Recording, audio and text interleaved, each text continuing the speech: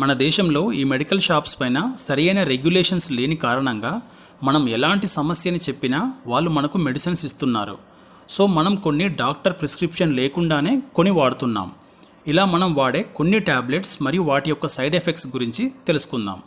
వీటిలలో మొదటిది pain killers, అదే నొప్పుల గోళీలు. వీటిని మనం చాలా రోజులు వాడినట్లయితే కడుపులో అల్సర్స్ ఏర్పడతాయి.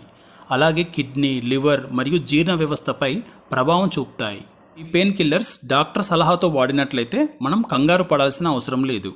అలాగే నెలకు 1 లేదా 2 సార్లు వేసుకోవాల్సి వస్తే ఖచ్చితంగా అన్నం తిన్నాకే వేసుకోవాలి. ఆ రోజు నీళ్లు కూడా కొంచెం ఎక్కువ తాగాలి.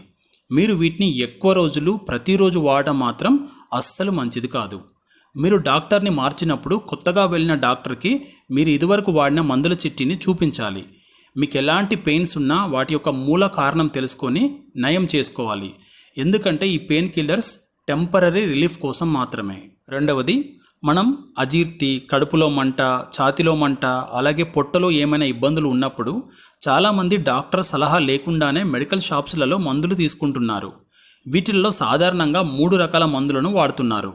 ఒకటి యాంటాసిడ్స్, డైజిన్, జెల్యూసిల్ లాంటి సిరప్స్. 2 H2 బ్లాకర్స్, ర్యాంటాడిన్ లాంటివి. 3 ప్రోటాన్ పంప్ ఇన్హిబిటర్స్, PAN40 లాంటివి. ఇవి కూడా మనం ఎక్కువ రోజులు వాడకూడదు. మీరు వాడాల్సి వస్తే యాంటాసిడ్ ప్రతిరోజు కాకుండా అవసరమైనప్పుడు తీసుకుని యూనియన్జైమ్ లాంటి డైజెస్టివ్ ఎంజైమ్స్ టాబ్లెట్ తీసుకుంటే కొంతవరకు సేఫ్. అలా అని ప్రతిరోజు వాడడం మాత్రం మంచిది కాదు. అలానే మిగతా టాబ్లెట్స్, H2 బ్లాకర్స్ మరియు ప్రోటాన్ పంప్ ఇన్హిబిటర్స్, వీటిని మనం సాధారణంగా గ్యాస్ టాబ్లెట్స్ అని అంటుంటాం. ఇవి మన స్టమక్లో యాసిడ్ ప్రొడక్షన్ని ఆపేస్తాయి. అందువల్ల మనకు రిలీఫ్ అనిపిస్తుంది. కానీ ఇలా చాలా రోజులు మనం వాడుకుంటూ వెళ్తే మనం తిన్న ఆహారం స్టమక్లో యాసిడ్ లేని కారణంగా సరిగా జీర్ణం కాక మనకు కొన్ని రకాల విటమిన్స్ మరియు మినరల్స్ మన శరీరానికి అందవు. ముఖ్యంగా కాల్షియం, ఇది మన శరీరానికి సరిగా అందదు. సో మీరు డాక్టర్ సలహాతో వాడుతున్నట్లయితే అది కూడా కొన్ని రోజులైతే ఇబ్బంది ఏమీ లేదు. కానీ మనకు మనమే తెచ్చుకొని చాలా రోజులు మాత్రం వాడకూడదు.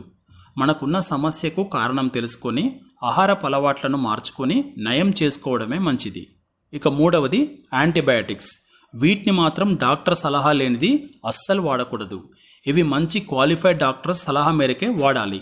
ఇవి మీ అంతటా మీరు వాడుతుంటే ఫ్యూచర్లో మీకు చాలా పవర్ఫుల్ డోసేజ్ వాడాల్సి వస్తుంది. అలాగే వీటి వలన మీ ప్రేగులలో ఉండే మంచి బ్యాక్టీరియా చనిపోయి మీకు ఇతర సమస్యలు వచ్చే అవకాశం ఉంది. అలోపతిలో వాడే ప్రతి ట్యాబ్లెట్కి ఎంతో కొంత సైడ్ ఎఫెక్ట్స్ ఉంటాయి. మనం దీర్ఘకాలికంగా వాడే మందులు, ఉదాహరణకు మెట్ఫార్మిన్ షుగర్కి, టెల్మిసార్టాన్ బీపీకి, థైరోనామ్ థైరాయిడ్కి, గాబాపెంటిన్ లేదా ప్రిగాబిలిన్ న్యూరోపతిక్ పెయిన్స్కి వాడే మందులు కూడా కొన్ని సైడ్ ఎఫెక్ట్స్ని ఇస్తాయి.